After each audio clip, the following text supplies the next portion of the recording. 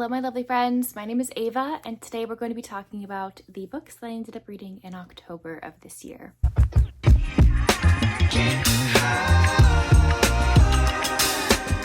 October was a reading fail for me. Let's just say that. I read some books, but my brain just was not in it. I fully think I had a slump. I think I've just been having a hard time having books keep my attention. Don't know why. I'm feeling really slumpy. So that is going to change. We're already on November 2nd and I've already read one book. So I think we're going to get the ball rolling for November, okay? But for October, I only read 7 books, which is probably the lowest number of books that I have read in a month since I started my BookTube channel, like 9 years ago. So all I wanted to do this month, honestly, was just sit on my couch and rewatch Friends and do a puzzle. And I haven't been in that mood in forever. I feel like maybe my hobbies are like intermingling instead of reading just being the number one. My other hobbies are like coming to the forefront now. So anyway, and I'm gonna embrace it because like reading isn't everything, which is maybe blasphemous for some people to hear, but yeah, my puzzle hobby was kind of taken over. So let's get into these 7 books that I read. The first book that I ended up reading in October is His Juliet by Emilio Rossi. I adored His Tesoro, which came out, I believe, last year. That was the first book in this mafia romance series. I was obsessed with it. Our heroine uses a mobility aid and has a sister condition to my own. Like, I adored that book, and it was so good. A hero that I was obsessed with this woman. Loved it. This one was no different. No different for me. I loved this one. I've been struggling really badly to give books 5 stars recently. I just have. And this is the first 5-star I've had in a hot minute. And this book is not going to be for everybody. I understand. I get it. It was for me. It was really good. This book starts out with our hero being chased by a mafia hitman from a rivaling mafia family. By the way, our hero is kind of like the right-hand man to the hero from book number 1. Anyway, he's on the run and he needs a place to hide out and thinks that he can hide out in this bookstore. And he notices the door is not locked. He runs in to hide. And the heroine, who is the manager of the bookstore, is sitting at the counter with a pizza, ready to do inventory, and is like, we're closed. And he tells her to get behind the counter and just sits with her behind the counter all night long. They eat pizza and they talk. She's a little scared, obviously, but they get to know each other more. From that moment on, the hero is absolutely obsessed with her and cannot get her off of his brain, to a point where he may or may not low-key stalk her, but the heroine like wants him to come back so badly, and she has no idea what his life is, knows nothing about the mafia. She's just an agoraphobic woman. She has agoraphobia, by the way, who is the manager of this bookstore. And I loved both of these characters so much. Both of them were very complex and deep, and I feel like a lot of the time in mafia romances you just get this broody, possessive mafia man who's like, this woman is mine, which, don't get me wrong, those are fun to read about. I do love reading about those men. But this hero just had so much more to him, and I really appreciated that. I think this book can show how dark romance is, because the romance between them was not dark. It was like the outside elements of it. Also, trigger warning in here for self-harm and cutting and suicidal thoughts, so please just be aware of that before going in. Please protect yourself. So yeah, there are dark elements surrounding this book. However, the romance itself is not dark, like between the two of them. I feel like between the two of them, it's very wholesome, and both of them are just crushing hardcore on each other, but because of other factors going on in their lives, they can't really be together, or the hero doesn't want them to be together because he doesn't want to risk the heroine's safety. But then all bets are off when his rivals end up finding out how much this woman means to him, and is going to use her to get to him. It was, I loved it. I loved it a lot. I really enjoy this series, and I really hope she writes a lot more. There are a lot of tropes in this one, so buckle up, y'all. We've got age gap, anxiety representation, a book lover's romance, so the heroine who loves books, a bookstore setting, it's a dark romance, there's forced proximity, found family, friends to lovers, mafia romance, there's a meet cute moment, because I think that bookstore scene is a very interesting meet cute moment, mental health representation, a morally gray hero, an obsessed hero, plus size representation, a possessive hero, a retelling of Romeo and Juliet. I just thought there was like just a little nod to it because our heroine's name is Juliet and our hero's name is Romeo. But there is a somewhat Romeo and Juliet plotline going on through the book, and I loved that little detail. I did. I have finally finished a goal of mine that I've had for so long, a few years now, and that is to finish the Maiden Lane series by Elizabeth Hoyt. I finally did it. I finished it. I'm so excited with myself. There are 12 books in the series and a few novellas dispersed throughout. Some of the novellas are some of my favorites, just by the way. But yeah, I finished the last 2 in October and I'm so proud of myself. So book number 11 is Duke of Pleasure. This one was so fun for me. Very inventive. I really enjoyed this one. So the heroine of this story is actually a side character you've seen, I maybe think all the way from book number 1 or book number 3 along those lines. And she is this little street urchin, if you will, that does a lot of running around St. Giles, getting information for these dukes and higher up men. But a lot of people don't know that Alf is a girl. She's been disguising herself as a girl since she was little in order to save herself, because most men, when they see a woman running around the streets at night, are gonna snatch her up and do debauched things to her, right? So she has been disguising herself as a boy for as long as she can remember. She's 21 now. Like, I was honestly shocked picking up this book. I was like, Alf? Isn't Alf like freaking like 14 or something? No, she's 21. 21! So Alf becomes this Ghost of St. Giles, which is a character you've met throughout the whole entire series. Kind of like the Batman of the London slums, if you will, trying to protect people. And in doing this, one night she ends up saving the life of this duke, who's our hero.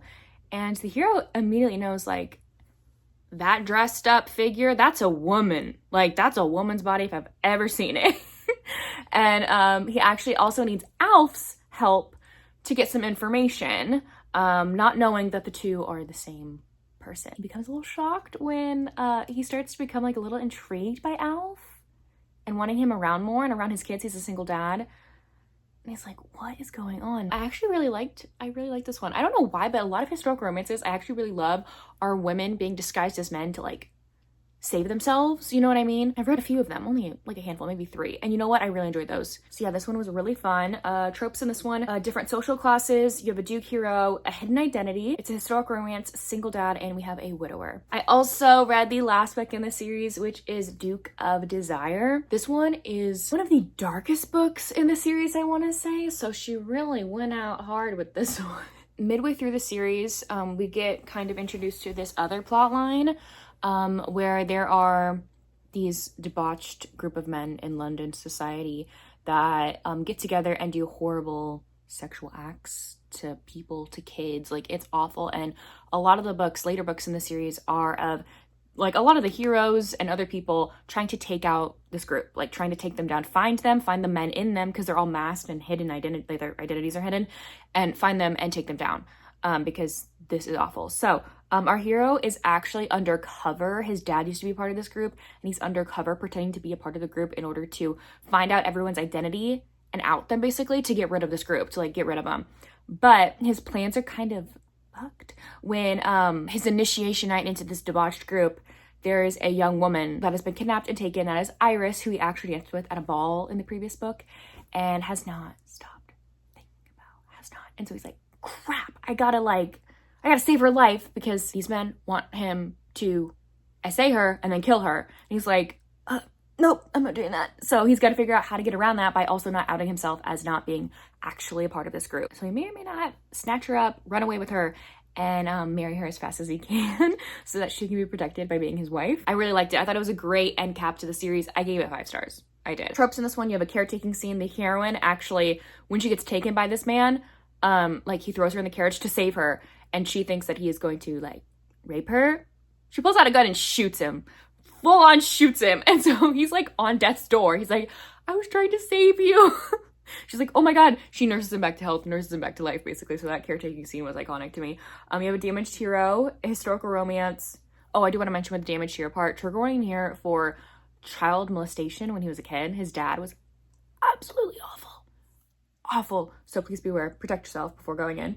Historical romance, marriage of convenience. You have a ruined heroine, the savior trope, a scarred character, and a widow. The heroine is a widow. This next one is so funny, but I needed to read it. And it's actually going to be featured in a vlog that is going to be coming out for my channel members later this month. I'm going to be doing a vlog featuring a lot of weird, wacky, maybe sentient objects included, romances.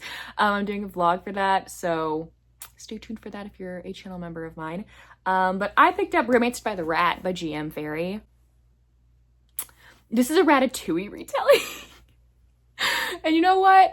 I had fun. It starts out, first chapter, first page, The rat in question was actually experimented on by the government, was a man, turned him into a rat, and they want to kill him, so he runs away and finds himself in, I think Marble Falls is the title of this town where a lot of weird stuff happens. A lot of paranormal creatures also exist there too. And he finds solace and starts living in the rafters of this restaurant. And that's where he meets our other hero, because this is an MMF romance. And he is a horrible waiter. Absolutely horrible. He comes across this young woman who's new to town dining at the restaurant, and his words, like, he just can't communicate with her in the way that he wants to. He is so bumbly fumbly and nervous, and then like is an awful waiter to boot. And the hero notices this and is like, you know what? I can't be with this woman. She's absolutely gorgeous, absolutely stunning. I can't be with her, so I'm gonna help my friend out, and kind of outs himself to this man. Like, hey, I'm a talking rat, I'm gonna help you out. He's like, what the fuck? So it's an MMF romance with the three of them. That's all I'll say. Don't worry, he's not a rat the whole time. Okay, if you're worried about that, nothing happens with him while he is a rat. So, I just want to preface that, obviously. But it was fun. A freaking Ratatouille retelling. I'm actually really excited because I think in a few days, her Monster Inc. retelling is coming out. So like a grown-up Boo and Sully. What even? Like, I read these books for the sheer craziness of them and to laugh my ass off. And you know what? I did. Tropes in this one, it's MMF, monsters, paranormal romance. It's a retelling of Ratatouille. You have a shifter. It's a novella, small town romance. It's smutty and it is weird. It's a weird romance. Next, I have a book I thought I would absolutely adore. And I'm so sad that I didn't. This is Sweet Escape by Willa K. It has all of my favorite tropes in there. Some of my favorite tropes in there. Because it's not a monster romance. But this is a cowboy romance with actually the pregnancy trope, which, if y'all didn't know, I actually don't mind those. A lot of people are like down with the pregnancy trope. I hate it. I actually don't mind it. I think it can actually be really fun. So these two characters meet at the beginning of this book and they have a one-night stand. The heroine gets pregnant from it, not expecting to actually see the hero ever again. She ends up finding out that he actually lives in the small town she just moved back to live with her grandparents, as her boyfriend cheated on her with her best friend, so she's traveling back to stay with her grandparents. Anyway, she's now the baker in town and he is a farrier at this ranch, his family's ranch. He is a single father. He lost his wife shortly after his daughter was born.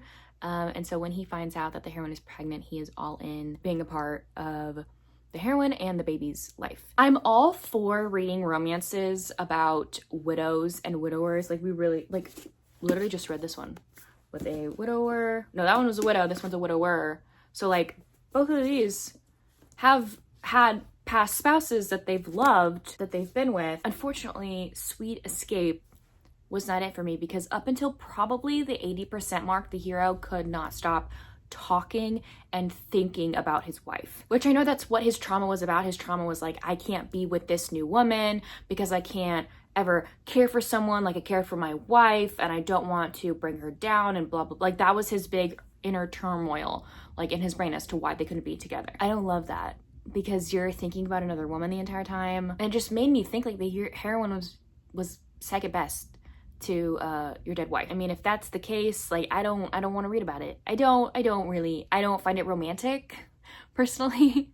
There were other things I absolutely loved. I love the baking aspect. I love the heroine and her love for baking and just her vibrancy for life and wanting to take care of this baby and have this baby in her life. I just felt so crappy, like, for her, because she was waiting around for this man to want to be with her and tell her that he wants her, but he can't because he's hung up on his dead wife still. And so it bothered me some. So I feel so bad, but like, this book just was not for me. If that summary does sound good to you though, like, I would recommend it. It's a good cowboy. I love the cowboy aspects in here. So you have cowboy, one night stand to more, romance with baby / pregnancy. So this case, pregnancy. It's a single dad, small town, and it is surprise baby. I next picked up a very anticipated book for me. I thought I'd love this one, and I did. I gave it 5 stars. This was Morbidly Yours by Ivy Fairbanks. And honestly, this was really unique for me. I love a good unique read, especially when it comes to contemporary romances, because contemporary romances are kind of like the same, one after another. And this one I feel like was pretty unique to me. Anyway, so our heroine is actually from Austin, which is cool. I live in Austin. So she's from Austin, and this is another, I also want to say, like, another character that was a little bit hung up on their dead spouse. Her husband died, and that's what she's been dealing with. However, we address this problem that she's having, this internal problem that she's having, pretty early in the book. I just want to say, so I feel like this dealt with that quite differently. Anyway, she goes to Ireland because she got this amazing job in an animation studio. She's an animator, and her next door neighbor is this hero who is a caretaker. Is caretaker the right word? He's like a undertaker? Is that the word? Dang, I can't remember. I'm so awful. But like, he is the one that takes care of people when they die and pass away in their bodies and prepping funerals for them. Like, he lives in the funeral home. And it's been like a family business that's been passed down for generations. And yeah, he takes care of the dead and gives them the best funeral that they possibly can.